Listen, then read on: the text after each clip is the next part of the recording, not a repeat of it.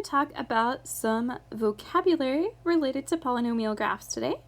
So just like absolute value functions and quadratics can have maximum and minimum values, polynomials can too. They can actually have more than one. So they have what are called local maximum or minimum values because they're higher or lower than the points surrounding them. So those two that I just drew in yellow there would be local maximums. And then local minimums would be the lowest y value it reaches, so it'd be the y value of that blue point. They can also have absolute maximum and minimum values, which are the local minimum or maximum that's like the biggest or the smallest. So that point on the right's y value that's in yellow would be your absolute maximum value. All right, your functions have some words to describe whether they have a positive slope or a negative slope. So they're increasing if they have a positive slope. So on that interval, those two intervals that I highlighted in red, it's increasing. And decreasing, my y values are getting smaller. So those two intervals in green are my sections where it's decreasing. And then the number of turning points and the possible degree is related. So say that you have a degree 5 function. Its graph is going to have no more than 4 turning points. It's like one less than the degree of your polynomial. So you can look at an equation and kind of know what its graph's going to look like. You can also go backwards and say you have a graph and you want to think about what its equation might be. If you have 3 turning points on your graph, like this one that I drew, then that means the degree of my polynomial has to be at least one more than that. So it has to be at least degree 4. Let's look at this one. So where are turning points first off? They are at 2, 4, and -2, -3. And then the local minimum value, the lowest y coordinate compared to those surrounding it, is at -3 when our x value is -2.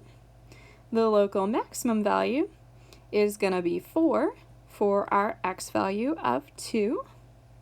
And don't forget, roots are what make your function equal to 0, also called 0 x-intercepts, depending on your context.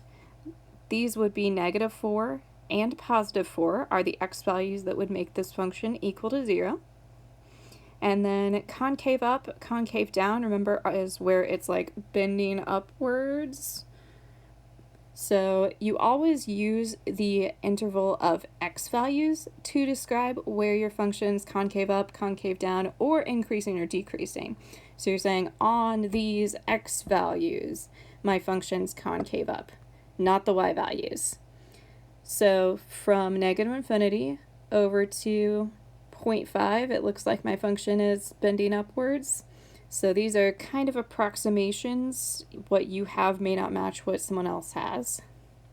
Its concave down, on the other half, kind of looks like it's bending downwards, starting at the x value of 0.5 and then all the way over towards the right, towards positive infinity. In terms of increasing, it's going upwards. My y values are getting bigger on that interval in the middle there. Make sure you look from left to right, and again, always use your x values to describe where that's happening at. So between the x values of -2 and +2, my function's increasing. These are always parentheses, by the way, on your concave up, concave down, increasing, decreasing, but I won't count it wrong if you don't put that, because technically at like the endpoints, it's neither increasing nor decreasing. This one's decreasing from -infinity to the x value of 2. Make sure you don't look at the arrow, make sure you look left to right. And then it's also decreasing from 2 to infinity.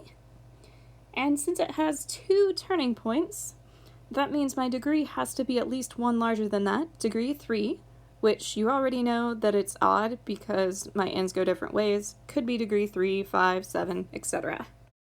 Let's look at another graph here. So first off, our turning points are those 2 in blue, which have coordinates of -2, 2 and 0, -2. And then we're supposed to determine our maximum and minimum values for our function, our local ones specifically. So looks like the point on the left has higher y values than the points immediately surrounding it, so it's a local maximum of 2 at the x value of -2, and then the turning point on the right is our location of our local minimum. So we've got a local minimum of -2 when our x value is 0. And then our degree of our polynomial, remember, has to be at least one more than our turning points, so it's got to be at least degree 3.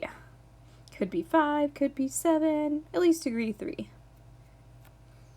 If you look at another one, we're supposed to find our roots and some other things. So let's start with our roots. So if you look at your roots, those are your x values that would make your equation equal to 0.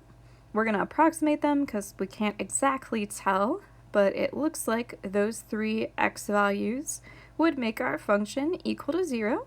So we're going to say roots of -2.8, -1, and 0.7. And then I like to highlight where it's concave up and down at. So concave up is like bending upwards, like U shape. So that happens starting at the x value of -1 and then towards infinity on the right. It's concave down, it looks like approximately on our other half. So from -infinity over to the x value of -1. Always use your x's on those and on the next couple. It's increasing where my y values are growing. Positive slope, so that'd be on that interval in purple and that one. So those are for the x values of -infinity over to x value of that point is -2. So from -infinity to -2, and from 0 to infinity. You always remember your union symbol for joining those together. It's decreasing. Negative slope, y values getting smaller in the middle between the x values of -2 and 0. We are going to sketch a graph that meets some requirements. First one is it has no real roots, so that means it should never cross the x-axis. You can have imaginary roots, but this is a real coordinate plane.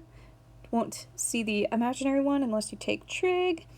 So whatever we draw, we got to keep that in mind. We have local minima, plural of minimums, at 2, 5, and -3, 4, so I kind of like to draw those points in with a little, oh, that's got to be the low point, so kind of a little cup around them to remind me that those have to be lower than the points surrounding. And it should be decreasing, so it's got to have a negative slope coming downwards from left to right from the x values of -infinity to -3. So as I come towards that point on the left there, it's got to be coming downwards with my negative slope, so my function's decreasing. And then I just can kind of connect things, making sure not to cross the x-axis, and that's one possibility. There are a lot of other possibilities too, as long as it meets that requirement, so say that it is not quite so steep as I come from the left. And maybe there's some additional bends in the middle. And maybe it's horizontal going out to the right. There's an infinite number of possibilities.